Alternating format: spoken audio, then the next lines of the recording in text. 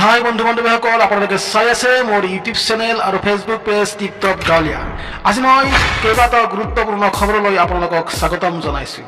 আজি প্ৰথমটো গুৰুত্বপূৰ্ণ খবৰ হ'ল, অহাকালি যিহেতু 19 ছেপ্টেম্বৰ আৰু 19 ছেপ্টেম্বৰৰ পৰা অৰুণোদয় 3.0 কাম আৰম্ভ কৰিব বুলি মাননীয় হিমন্ত বিশ্ব শৰ্মা ছাৰে কেবিনেটত ঘোষণা কৰিছে। এই মাহৰ 19 তাৰিখে আমি চৰকাৰৰ দুটা ফ্লেগশ্বিপ স্কিম আৰম্ভ কৰিম। অসমৰ 126টা সমষ্টিতে একোটা অনুষ্ঠান হ'ব আৰু গুৱাহাটীত ৰাজ্য চৰকাৰে সাংবাদিক মেলৰ জৰিয়তে এই আঁচনি দুখন মুকলি কৰিব। প্ৰথম হ'ল 12,60,000 অৰুণোদয় নতুন হিতাধিকাৰী, অৰ্থাৎ প্ৰতিটো সমষ্টিটোৰ আয়তন হিচাপত কৰবাত 500 বেছি, কৰবাত 500 কম, অলমষ্ট 10,000 কৰি আমি নতুন হিতাধিকাৰী সংলগ্ন কৰিম। আৰু পুৰণি হিতাধিকাৰীসকলৰো তেওঁলোকে যি পাই আছে সুবিধা, তাত এটা নতুনকৈ ৰিভিউ বা সমীক্ষা হ'ব। এই গোটেই কাৰ্যসূচীটো আমি 19 ছেপ্টেম্বৰত আৰম্ভ কৰিম আৰু আমি 10 জানুৱাৰীৰ ভিতৰত প্ৰপত্ৰ লোৱা, প্ৰপত্ৰ চিলেক্ট কৰা, ফাৰ্ষ্ট ইনষ্টলমেণ্ট আমি যাতে 10 জানুৱাৰীত দিব পাৰোঁ, সেই ধৰণে অৰুণোদয় 3.0 আমি 19 তাৰিখে সূচনা কৰিম বা আমি আৰম্ভ কৰিম।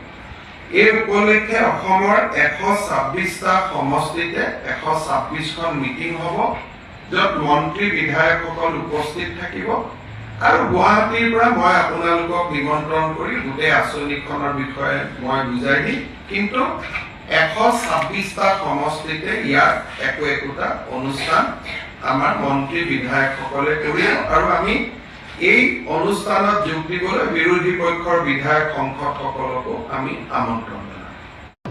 ৰেচন কাৰ্ড নহ'লে যিহেতু অৰুণোদয় নাপাব, সেইকাৰণে প্ৰায় 70 লাখ হিতাধিকাৰীক ৰেচন কাৰ্ড দিয়াৰ কাৰণে মাননীয় হিমন্ত বিশ্ব শৰ্মাদেৱে ঘোষণা কৰিছে আৰু এই কাম অহা 19 ছেপ্টেম্বৰ অৰ্থাৎ অহাকালিৰ পৰা আৰম্ভ হ'ব বুলি মাননীয় মুখ্যমন্ত্ৰী ছাৰে কেবিনেটত ঘোষণা কৰিছে।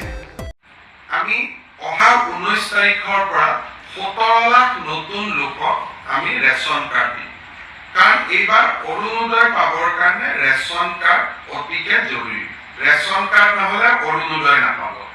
গতিকে বহুত ব্যক্তিয়ে হয়তো ভাবিব মই দুখীয়া, মই অৰুণোদয় পাব লাগে, ৰেচন কাৰ্ডখন নোপোৱাৰ কাৰণে তেওঁ অৰুণোদয় নাপাব। সেইকাৰণে আমি 17 লাখ পৰিয়ালক, 17 লাখ ব্যক্তিক আমি নতুনকৈ ৰেচন কাৰ্ড দিবৰ কাৰণে সিদ্ধান্ত লৈছোঁ। এই আঁচনিখনো আমি 19 তাৰিখে আৰম্ভ কৰিম, অৰ্থাৎ যি মিটিং হ'ব অৰুণোদয় আৰু ৰেচন কাৰ্ডৰ কাৰণে যুটীয়া মিটিং হ'ব। আৰু শেষৰটো গুৰুত্বপূৰ্ণ খবৰ এই যে যিসকল হিতাধিকাৰীয়ে মুখ্যমন্ত্ৰী অসম আত্মনিৰ্ভৰশীল আঁচনিত ইণ্টাৰভিউ দিছিল আৰু সেইসকল হিতাধিকাৰীয়ে অহা নৱেম্বৰ মাহৰ 3 তাৰিখে তেখেতসকলৰ একাউণ্টত সোমাব 2 লাখ কোটি টকা। আপোনালোকে 3 নম্বৰ এটা বিশেষ বিষয়ৰ ওপৰত অৱগত যে আমি কিছুদিনৰ পৰা CM-AAA মুখ্যমন্ত্ৰীৰ অসম আত্মনিৰ্ভৰশীল আঁচনি, এই আঁচনিখনৰ আমি ইণ্টাৰভিউ লৈ আছোঁ। আজি কেবিনেটে এই আঁচনিখনৰ 25,238 গৰাকী হিতাধিকাৰী অনুমোদন দিয়ে। এই 25,278 হিতাধিকাৰীয়ে চৰকাৰৰ পৰা 2 লাখ টকাকৈ পাব। 1 লাখ ঘূৰাই দিব নালাগে। 1 লাখ 5 বছৰ পিছত এটা ইকুৱেল ইনষ্টলমেণ্টত তেওঁলোকে ঘূৰাই দিব লাগিব। 5 বছৰ 2 লাখ টকা ঘূৰাই দিব নালাগে, 5 বছৰ পিছত 1 লাখ ঘূৰাই দিব নালাগে, আৰু বাকী 1 লাখ যি ঘূৰাই দিব থাকিব সেয়াও সৰু সৰু ইনষ্টলমেণ্টত পিছৰ 5 বছৰ অৰ্থাৎ 10 ইয়াৰ্ছৰ ভিতৰত 5 ইয়াৰ্ছ হলিডে, 5 ইয়াৰ্ছৰ পিছত তেওঁলোকে সৰু সৰু ইনষ্টলমেণ্টত পিছৰ 5টা বছৰত আমাক টকাটো ঘূৰাই দিব, 1 লাখ ঘূৰাই দিব আৰু সুদ দিব নালাগে। 1 লাখ ৰাজ সাহায্য, 1 লাখ ঋণ আৰু ঋণো উভতাই দিব লাগিব উইদাউট সুদবিহীন ঋণ। এই আঁচনিখনক আমি আজি কেবিনেটে 25,238 বেনিফিচিয়াৰীক আমি অনুমোদন দিছোঁ।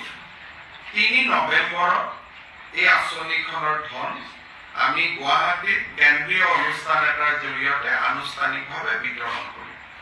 3 নৱেম্বৰলৈকে অহা সপ্তাহৰ পিছৰ পৰা এই হিতাধিকাৰীসকলক প্ৰত্যেকটো জিলা হেডকোৱাৰ্টাৰত 3 দিনকৈ এটা প্ৰাৰম্ভিক প্ৰশিক্ষণো দিয়া হ'ব। অৰ্থাৎ অক্টোবৰ মাহত প্ৰশিক্ষণ চলিব আৰু 3 নৱেম্বৰত এই হিতাধিকাৰীসকলে চৰকাৰৰ পৰা এই পুঁজি লাভ কৰিব। ইয়াৰ ফলত আমাৰ আৰু এটা কমিটমেণ্ট আমি পূৰা কৰিলোঁ আৰু 3 নৱেম্বৰত 25,000 ধন মুকলি কৰি দিয়েই আমি গধূলি আৰু 75,000 কাৰণে আবেদন সংগ্ৰহ কৰিম। অৰ্থাৎ টোটেল আমি 1 লাখ ল'ৰা ছোৱালীক আমি এই আঁচনিখনৰ সুবিধা দিব বিচাৰোঁ। যদি ভিডিঅ'টো চাই ভাল লাগিছে তেতিয়াহ'লে এটা লাইক কৰি দিব আৰু যদি এতিয়ালৈকে মোৰ চেনেলটো আপোনালোকে ছাবস্ক্ৰাইব কৰা নাই তেতিয়াহ'লে চেনেলটো ছাবস্ক্ৰাইব কৰি দিব আৰু কাষত থকা বেল আইকনটো দবাই দিব। আজিলৈ ইমানেই, ধন্যবাদ।